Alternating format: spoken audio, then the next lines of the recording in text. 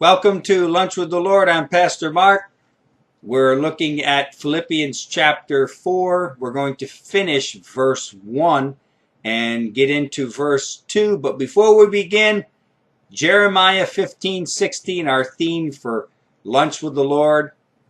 Thy words were found, and I did eat them, and thy word was unto me the joy and rejoicing of my heart.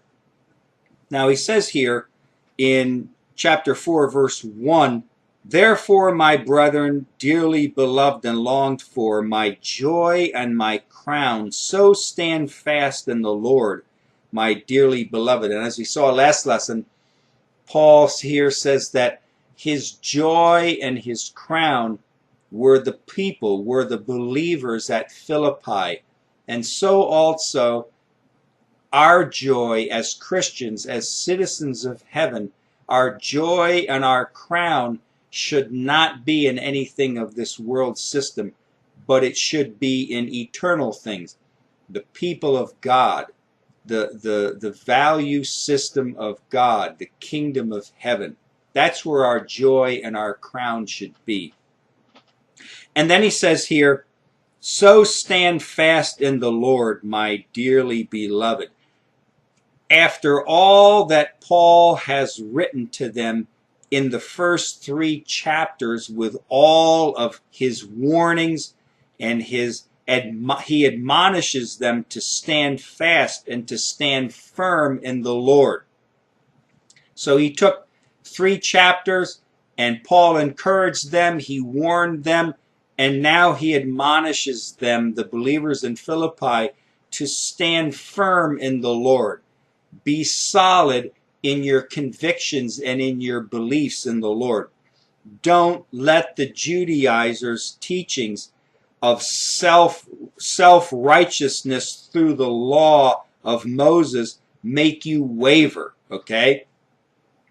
Don't let the enemies of the cross cause you to waver. This is what he said, the enemies in verses 17, 18, and 19. What? Whose end is destruction, whose God is their belly, who glory in their shame, and they mind earthly things.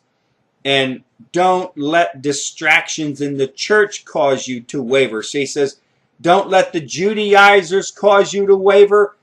Don't let the enemies of the cross cause you to waver. And he also says, don't let distractions in the church cause you to waver. And that's what was happening with these 2 women. It was a distraction in the church taking place. Paul wants to deal with this problem because he doesn't want the church to be affected. He doesn't want the faith that people had in Christ to waver because of this dissension between these 2 women.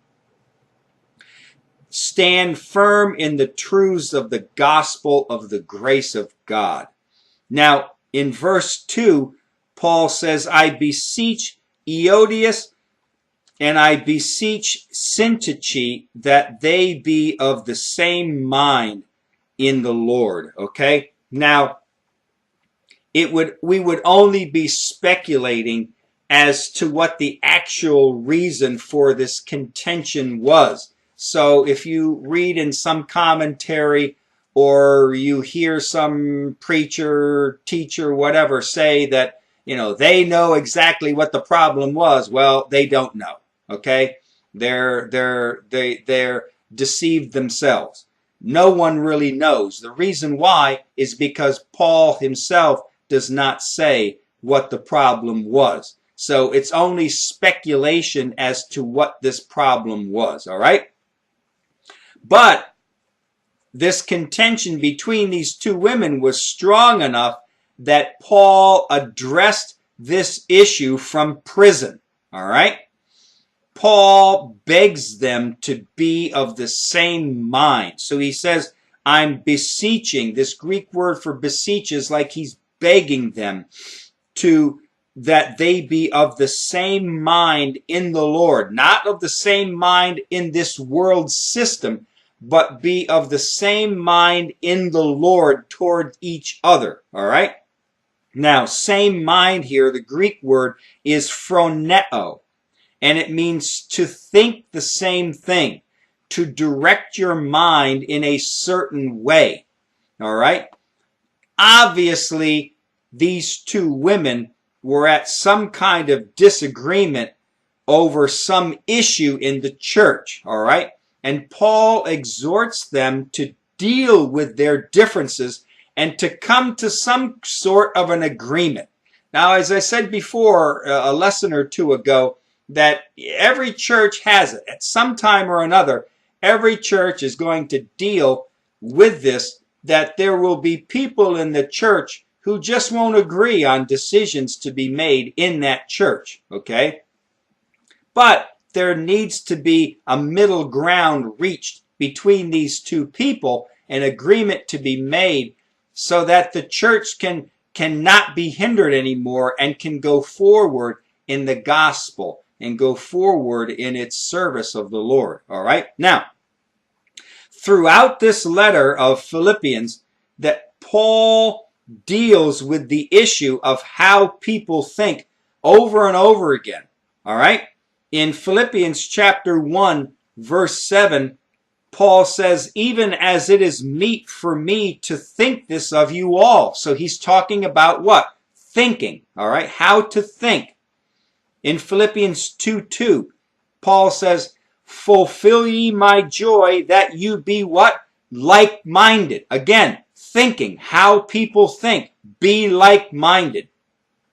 In Philippians 2 verse 5, Paul says what? Let this mind be in you, which was also in Christ. Think the same way as Christ thinks. The same mind that Christ had, think that way. Okay? In Philippians chapter 3, verse 15, Paul says, let us therefore, as many as be perfect or be spiritually mature, be thus minded. Think that way.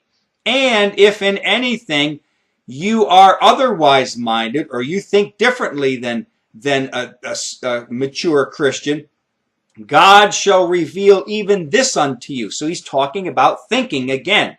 In Philippians 3 verse 19, he talks about the people who were examples not unto God. Okay? He says here, who mind earthly things. The unsaved people, they mind the things of this world. Okay? Paul says, don't mind those things. Don't put your hope and joy in the things of this world. It's just going to pass away.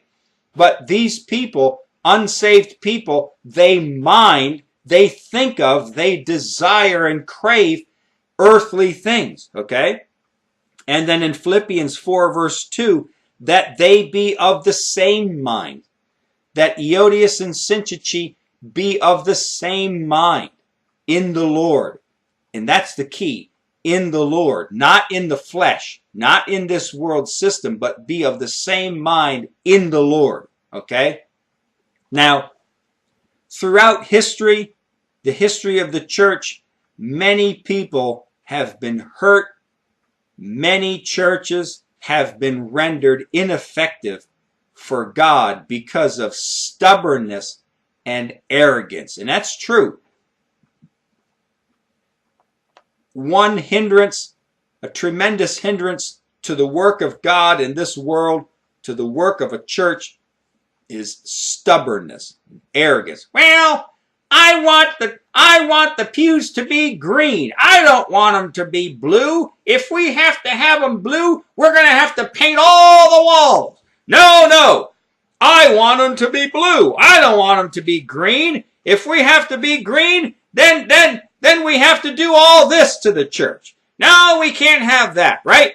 No, I don't want this to happen to the church. We got to have this kind of roof on the church. We can't have another kind of, it's too expensive to do it your way. We have to do it my way, right? And this is what happens. There's bickering and conspiracies take place. You don't agree with me? Well, I'll show you. And you go out and you start conspiring with others to get people on your side so that your way can be done, right?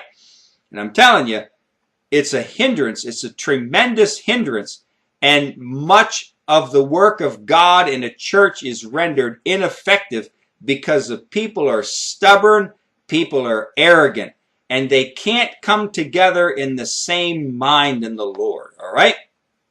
Listen, outside of the cardinal doctrines of the faith, the foundational teachings of Christianity, outside of those teachings and those doctrines, you have to ask yourself, you know what?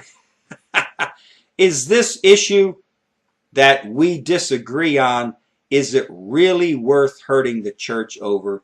Is it really worth breaking up the church, causing a conspiracy? Is it really worth losing people in the church, going to somewhere else, and then they go to another church? Boy, I'm glad I left that church. All they do is bicker and fight and argue, yeah, right? Is it really, I mean, is the color of the pews, is it really that important? The color of the church, right? What roof you put on the church, the addition to the church, how big it is it really that big of an issue that you have to split the church up for that? That you have to cause other people to leave your church? I mean, is that really the example of Christ that you want to show to the world? Huh?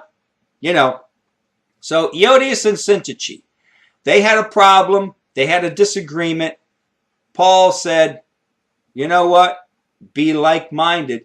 Come together. Be of the same mind. Somehow deal with this and come together in the Lord. In humility, in brokenness, come to the Lord. One of you needs to humble themselves and give up your right to your opinion and just let the other person, because in the grand scheme of the issues of life, it makes no difference how big the addition is. Makes no difference what color the pews are.